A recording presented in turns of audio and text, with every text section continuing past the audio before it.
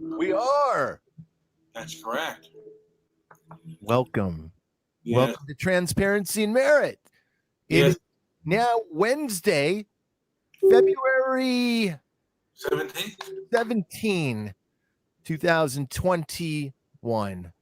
And you are checking out Transparency and Merit. We have a website, transparencyandmerit.com, but I'm glad you're here at YouTube nonetheless. And we're also on Minds. Facebook has restricted us. We're also on Twitter. No doubt. So we're going to get on.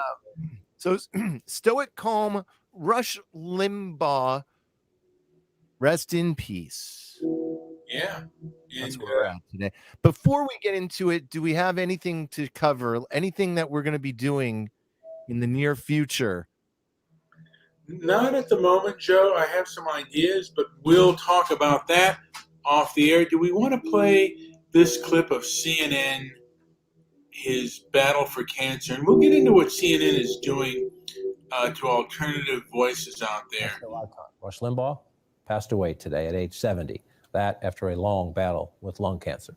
Rush's wife, Catherine, announced his death at the start of Limbaugh's radio show just a short time ago. Limbaugh was an original, beyond a doubt, whether you agreed or disagreed. He created an entire industry with his voice, his brash, and his often inflammatory opinions.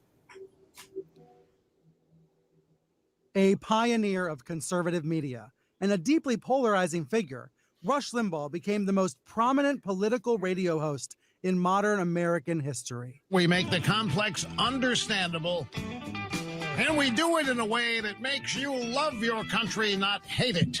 He started as a top 40 DJ. A program exclusively designed for rich conservatives and right-minded Republicans. But shifted to AM talk radio in the 80s. His namesake show was nationally syndicated in 1988, eventually expanding to more than 600 radio stations. Fans, known as Ditto Heads, cheered his brazen style, while critics blasted him for racist, sexist, and other offensive speech. He accused actor Michael J. Fox of exaggerating his Parkinson's symptoms. He is moving all around and shaking, and it's purely an act. Women must decide their fate. I agree. And he insulted a college student who advocated for access to birth control. It makes her a slut, right? Makes her a prostitute. After sponsors dropped his show, Limbaugh apologized for that one. I again sincerely apologize to Ms. Fluke for using those two words to describe her.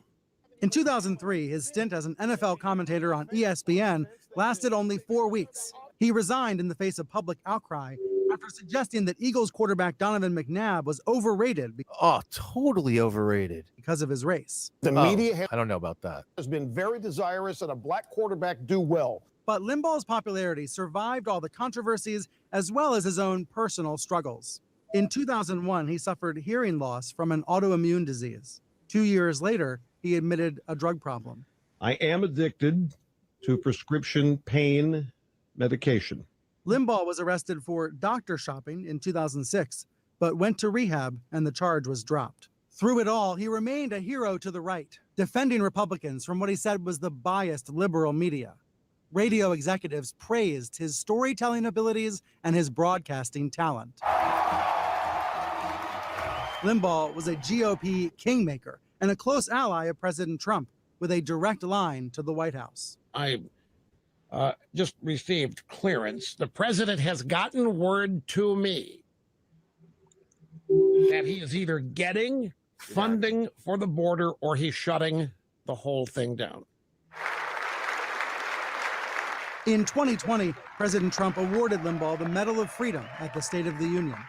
In recognition of all that you have done for our nation, the millions of people a day that you speak to and that you inspire. A day before, Limbaugh announced that he had been diagnosed with advanced lung cancer, and he spoke directly to his radio audience.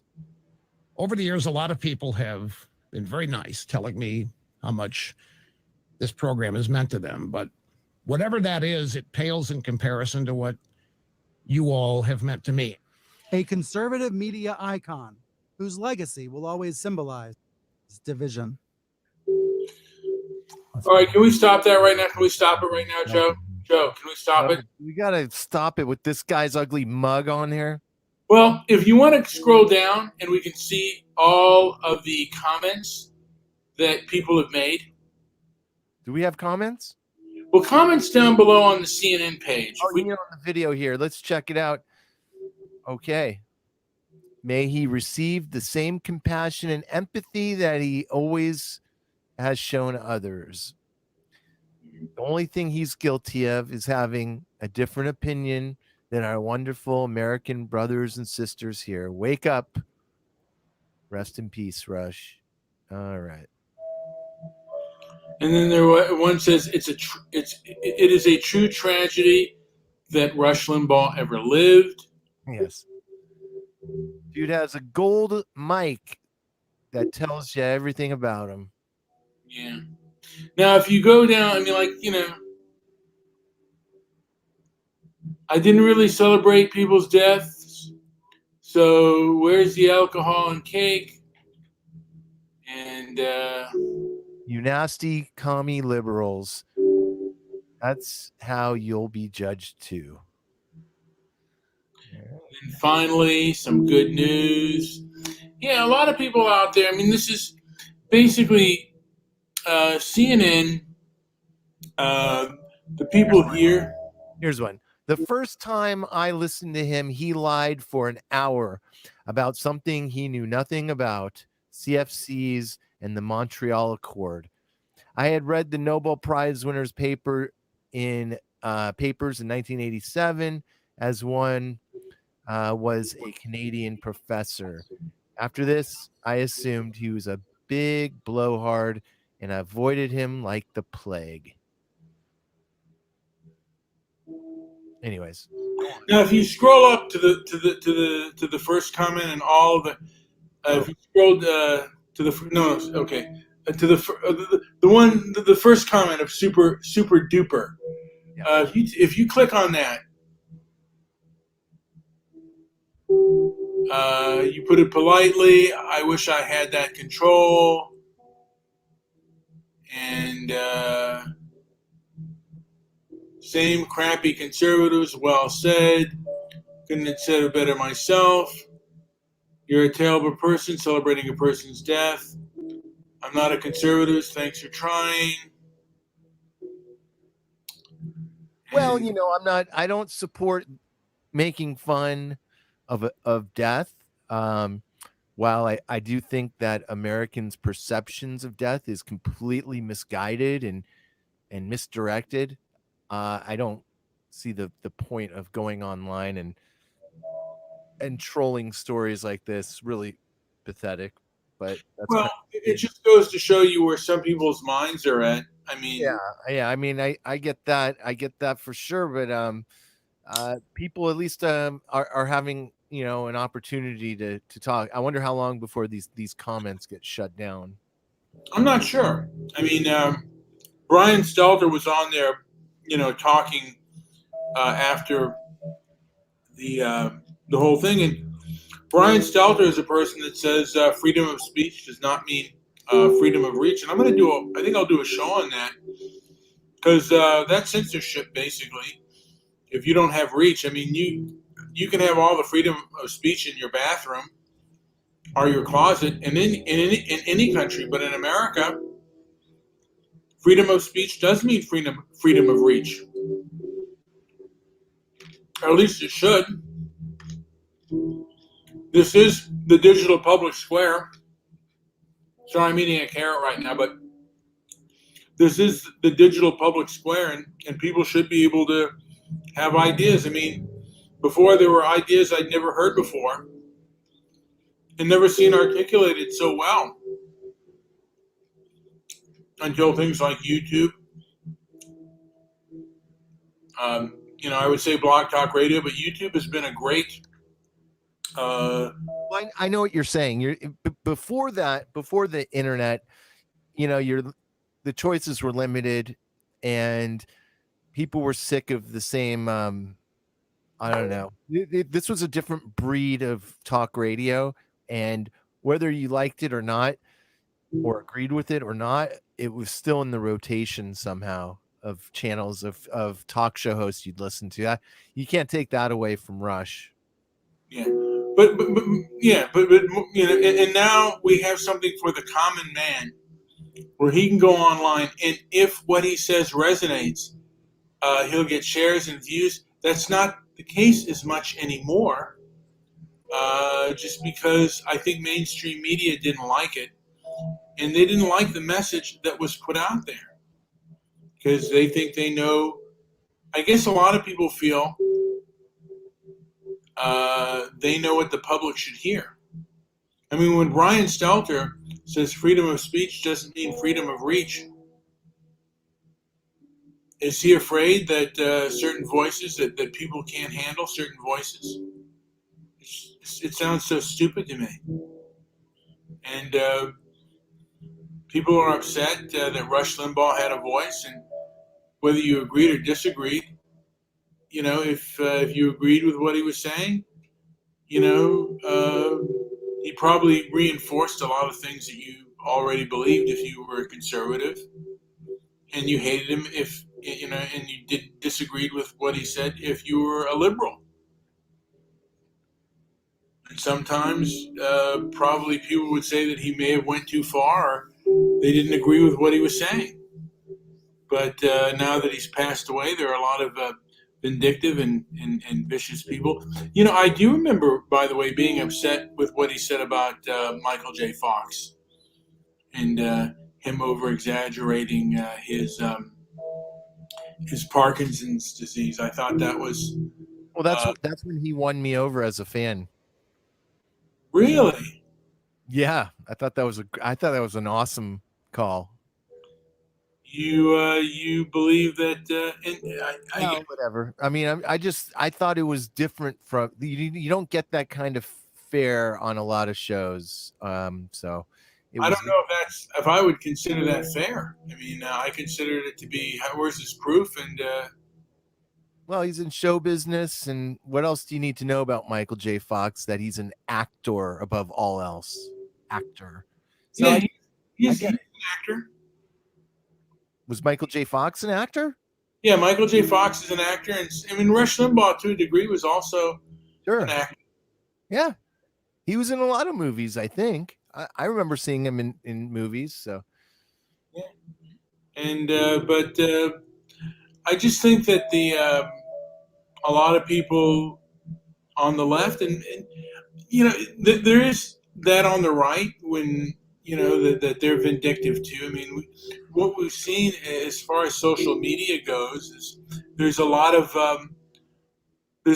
vindictive, angry people out there, and there are people who do want to get their voices out and heard. I think, of course, the left gets away with being vindictive more than the right does. The right gets far more punished. At least that's the way it looks. Could be wrong, but I doubt it.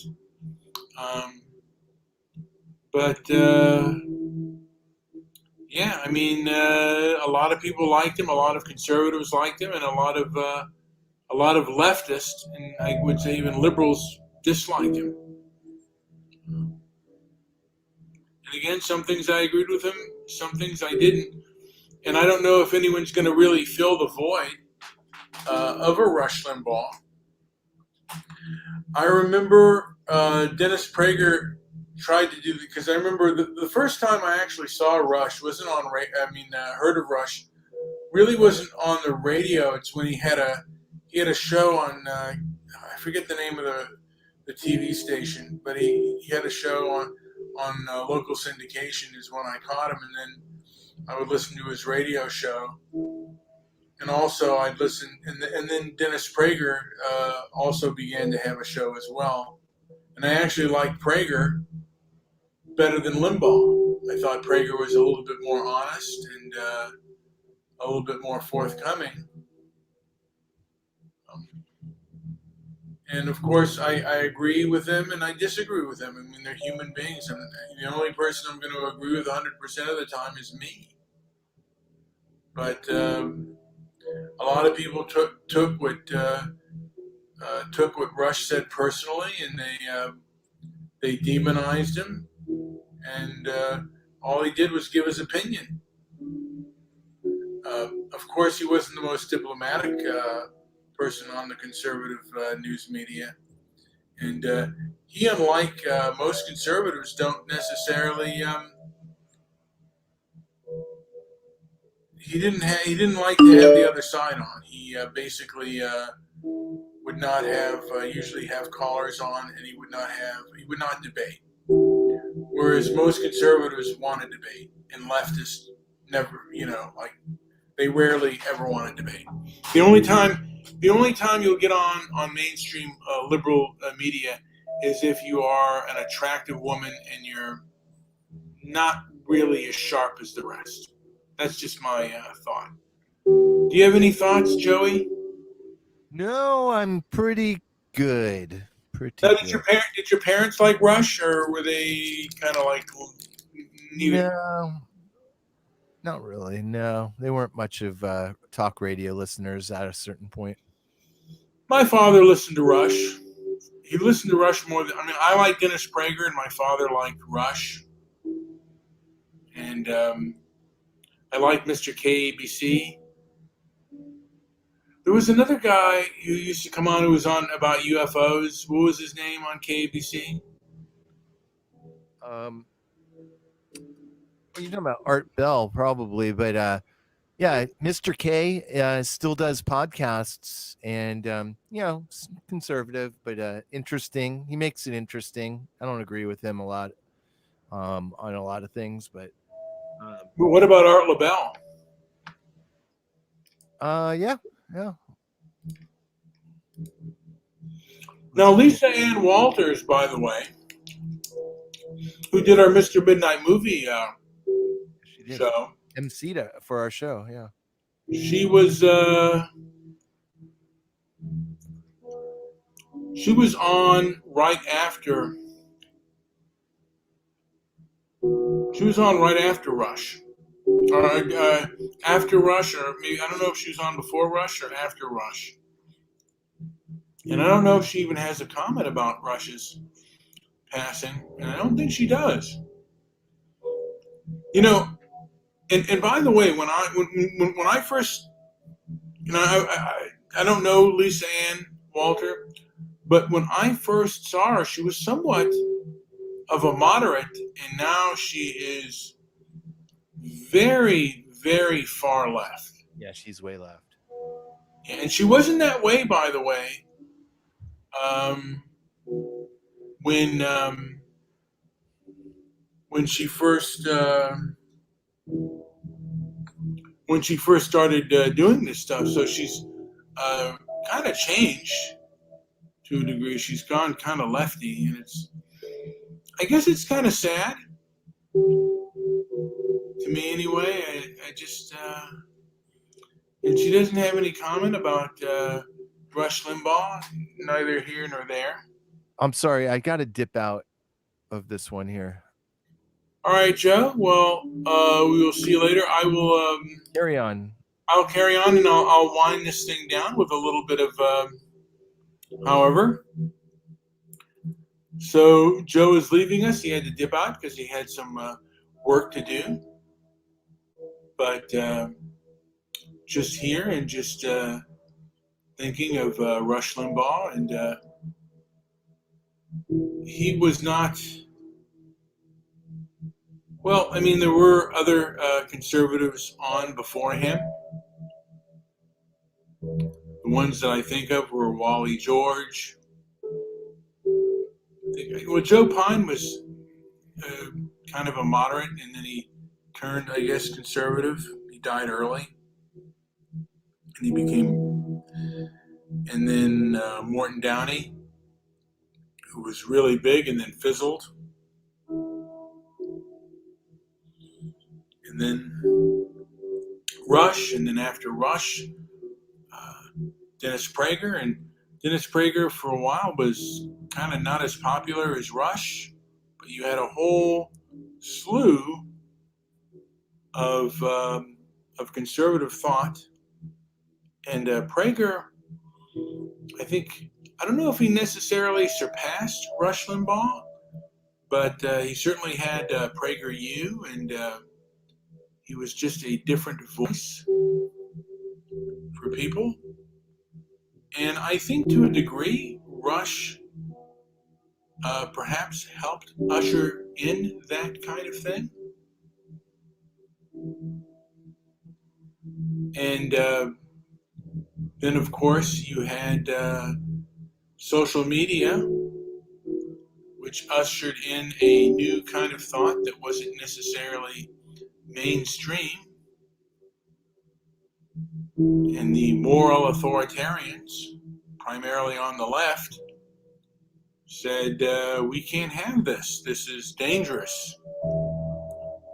And people will use every kind of excuse to not allow you to have any kind of reach. As I said before, as Brian Stelter said, freedom of speech does not mean freedom of reach, whatever that means.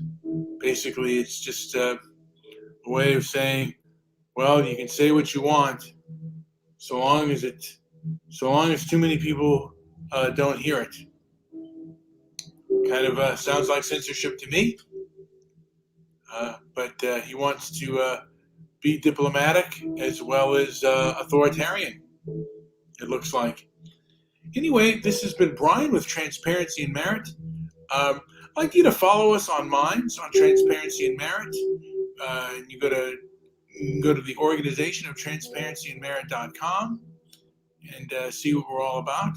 Also, I have a Stoic Calm page on Transparency and Merit that I, just want people to get together and, without emotion, discuss issues that are important today, because there's a lot to digest out there, and it may be a good thing for people to just talk and see what's kind of going on out there.